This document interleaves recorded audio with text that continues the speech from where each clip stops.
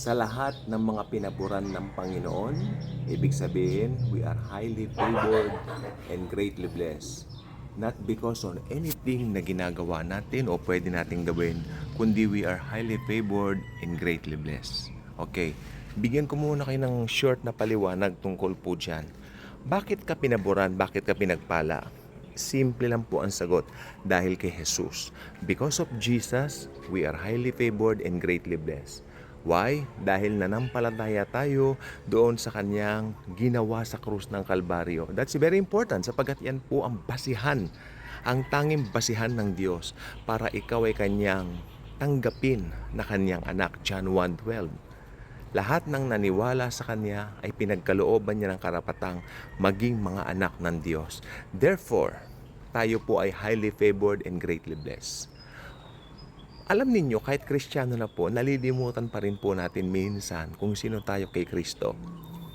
Kadalasan, mas namamagnify yung situation, namamagnify kung ano yung present na nangyayari sa atin. Okay? At nakakalimutan natin na parang ama natin ang Diyos. That's very common sa lahat ng Kristiyano. Hindi ko po sinasabing kung Kristiyano ka na Superman, ganun-ganon. Dahil hindi po naman nakabase ang mga pangako ng Diyos sa pakiramdam natin. Hindi rin nakabase sa mga panlabas ang pangako ng Diyos sa atin. Ito po ay nakabase lamang kay Kristo. At kung ikaw ay na kay Kristo na, highly favored and greatly blessed ka na.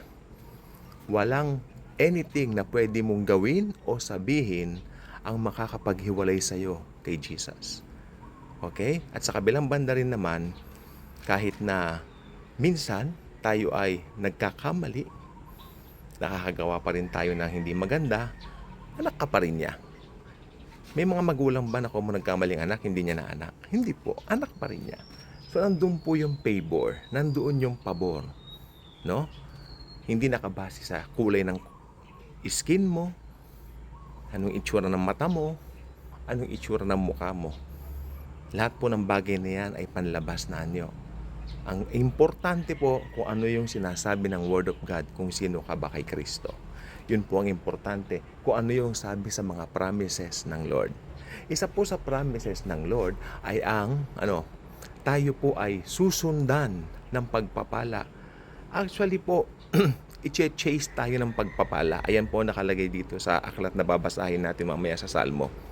Pero alam niyo po ba, nagbago po yun nung nakay Kristo na po tayo. Hindi na po tayo sinusundan ng pagpapala. Sapagkat ang pagpapala, naka-built-in na po sa atin. No? Kasi pag sinusundan ka, ikaw ay tumatakbo, tapos chine-chase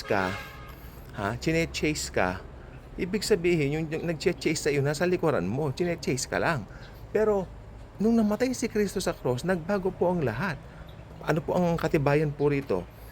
We are built up in Him. Sabi ng Bible, we are seated with Him. No? Ibig sabihin po nun, tayo po talaga ay naka-built-in na po sa atin ang pagpapala. Kaya hindi na po tayo susundan ng pagpapala. Kundi naka-built-in na po sa atin ang pagpapala. Tingnan po natin mabuti sa Salmo. Ito po ang nakalagay po dito sa Salmo. And I hope makita ko yung verse na gusto kong ipakita sa inyo kanina, no? Nasa Colossians yun Papakita ko mamaya sa inyo. Kaya gagawa tayo ng bagong video kung okay lang po sa inyo. Ito yung nakalagay dito sa Psalm 23 verse 6. Okay, at dito po sa Psalm 23:6, ito po ay Old Testament pa rin po.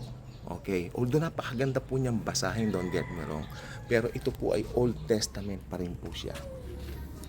Psalm 23:6.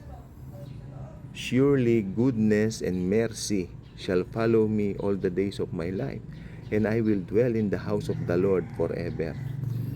Paano mo nakita na ang concept nito ay Old Testament? Tingnan nyo, surely goodness and mercy. Kasi hindi ba mercy seat, yan pang ginagamit? Samantalang sa grace po, tapos na po yung sa mercy seat, kung hindi ako nagkakamali kasi wala na pong temple during the panahon ni Jesus Christ, sapagkat ang templo po ng panahon ni Jesus Christ sa New Covenant ay tayo na po mismo. New Covenant po ito, ay Old Covenant po ito kasi nakalagay, and I will dwell in the house of the Lord forever. Kaya mga nagsasabing, magsisimba tayo, pupunta tayo sa house of the Lord, pupunta tayo sa simbahan, pupunta tayo sa building, house of the Lord yon. Old Testament setting po yon. Mind setting nun, mindset ng Old Testament. Under the New Covenant po, yung katawan po natin, ito na po ang church. No? Ito po ang church. Mas magandang sabihin mo, maggagather tayo. Ayun ang tamang salita roon. Huwag mong sasabing maggagather tayo sa church. Old tradition po yan, no? Old covenant yan.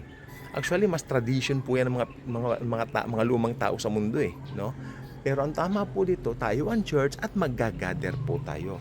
At ang good news, kahit saan, pwede pong maggather ang church. Hindi lang po sa isang, puro doon lang kayo sa isang specific place kada linggo. At wala rin pong binabanggit na araw. No? Any day will do. Dahil sa tinapos na gawa ni Kristo. Okay? Under the New Covenant po, marami pong nagbago. No? Kasi nung Old Testament, nagpupunta sila sa temple. Nandun lang po yung temple, pinupuntahan po ng mga tao upang doon sila maggawa ng pananambahan. Pero under the New Covenant of Grace, tayo na po yung templo ng Diyos, ang liwanag po nun. Kaya sabi ko, dito po sa yung sabi dito yung all the days of my life, all the blessings will follow me all the days of my life. O i-chase ka man o ano man yan. Pero under the New Covenant po, iba na po yan. No? Tayo po ay mga pinaupong kasama ni Kristo. Inseparable na po tayo. Kaya hindi ka na po i-chase ng blessing. Under the New Covenant, ang blessing naka-built-in na sa'yo dahil si Jesus tinanggap mo na. Naka-built-in na siya sa'yo.